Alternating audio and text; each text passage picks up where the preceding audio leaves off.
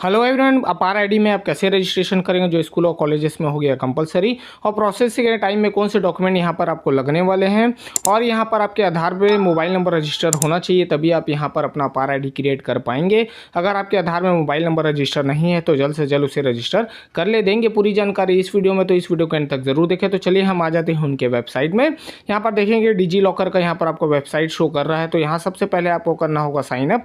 तो यहाँ पर चलिए हम यहाँ कर लेते हैं साइनअप। तो क्लिक करने के बाद यहाँ पर आगे बढ़ेंगे तो देखेंगे यहाँ पर आपको कुछ बता रहा है डिटेल्स एंटर करने के लिए, जिसमें आपका फुल नेम यहाँ पर होना चाहिए, जो आधार पे आपका है वही नाम है यहाँ पर एंटर करना है। उसके बाद डीओबी जो आधार में है वही यहाँ पर डीओबी आप एंटर करेंगे।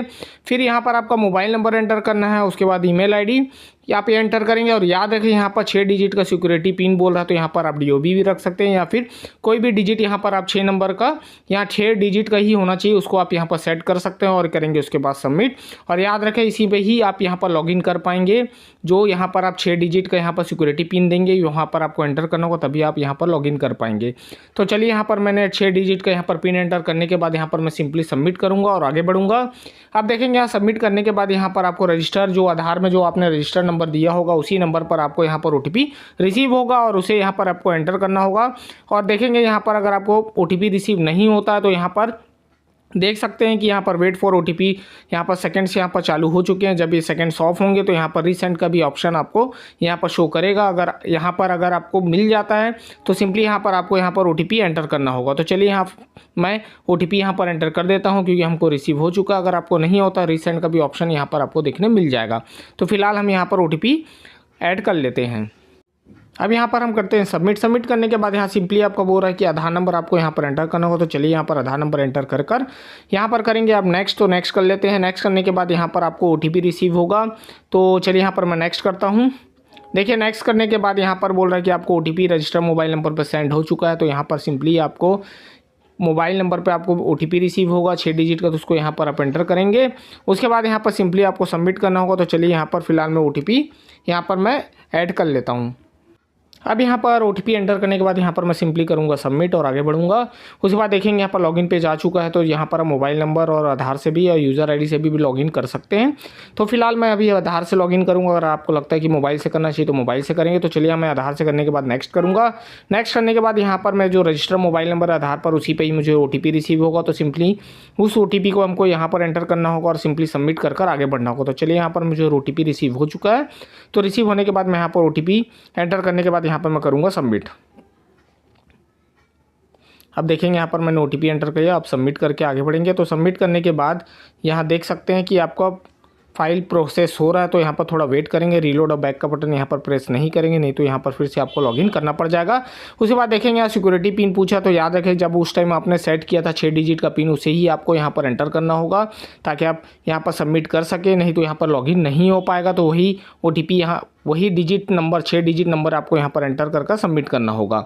अब देखिए सबमिट करने के बाद यहाँ प्रोफाइल आपका लोड हो रहा है। तो यहाँ पर लोड होने के बाद यहाँ पर यूज़र नेम पूछ रहा है। तो यहाँ पर गेट नाउ बोल रहा है, तो इसे आप यहाँ पर से हटा देंगे। फिलहाल अभी यूज़र नेम डालना है तो यहाँ पर अपना नाम डालेंगे और सबमिट करेंगे। मान लीजिए अगर वो ऑलरेडी यूज्ड होगा तो यहाँ पर आपको स्किप का भी यहाँ पर ऑप्शन आ जाएगा। देखिए यूज़र ऑलरेडी एग्जिस्ट है बोल रहा है, तो यहाँ पर वो नाम नहीं ले रहा है, तो आप इसे स्किप भी कर सकते हैं।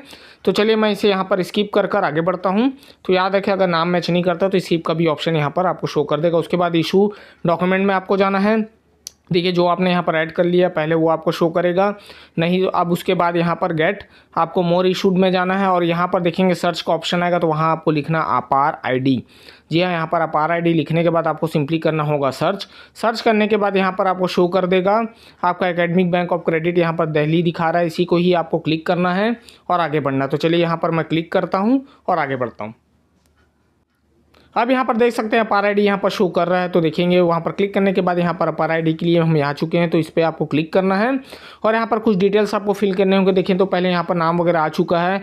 अगर मान लीजिए यहाँ पर आपको डिटेल्स पता है आपके एजुकेशन के तो यहाँ पर रोल नंबर उसका डाल सकते हैं, रजिस्ट्रेशन नंबर डाल सकते हैं, इनरोल नंबर डाल सकते हैं।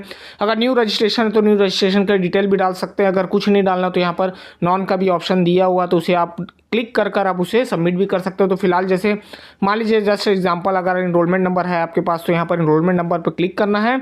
उसके बाद यहाँ पर इनरोलमेंट नंबर का आईडी वैल्यू यहाँ पर डालना होगा। उसके बाद यहाँ पर देखेंगे कि एडमिशन ऑफ ईयर कब था उसको आपको एंटर करना होगा।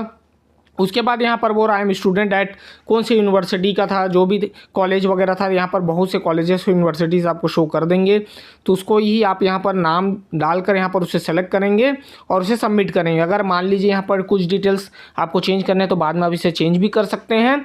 अगर मान लीजिए आपको नहीं पता है डिटेल्स वगैरह, मगर आपको जनरेट करना है आपकी ID, तो यहाँ पर नॉन में जाकर आप इसे ओके करेंगे तो यहाँ पर कुछ डिटेल यहाँ पर नहीं पूछेगा। अगर आपको रोल नंबर पता है या रजिस्ट्रेशन नंबर या न्यू एडमिशन है तो उसके डिटेल्स हैं तो ही आप यहाँ पर सेलेक्ट करें, नहीं तो नॉन कर आप यहाँ चेक बॉक्स करेंगे और गेट डॉक्यूमेंट पर आपको क्लिक करना होगा ताकि आप यहाँ पर अपार ID जनरेट कर सके। तो फिलहाल यहाँ पर मेरे पास डिटेल नहीं है तो यहाँ पर मैंने सेलेक्ट कर लिया और गेट डॉक्यूमेंट पर मैंने यहाँ पर क्लिक करूँगा तो देखिए आपका रिक्वेस्ट प्रोसेस हो रहा है, सबमिट हो चुका है।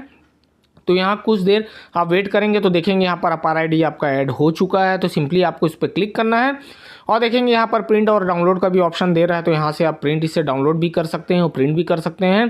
तो एक कॉपी अपने पास जरूर रखें क्योंकि आगे जाकर आप इसे कॉलेज वगैरह में सबमिट करना होगा तो आपको दिक्कत हो सकती है कि अगर आपके पास प्रिंट ना हो तो इसे प्रिंट या डाउनलोड कर ले। अगर आपको लगता है प्रिंट नहीं है तो आप कभी भी ID लॉगिन कर आप पिन याद रखें, कभी भी ID लॉगिन कर इसे कई डाउनलोड कर सकते हैं या प्रिंट कर सकते हैं। तो ऐसे ही आप अपना अपार ID क्रिएट करेंगे। तो मैंने डिटेल्स यहाँ पर बता दिए।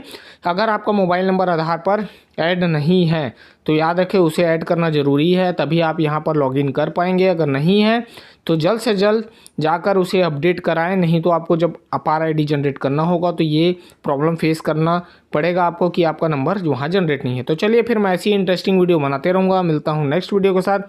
Thank you.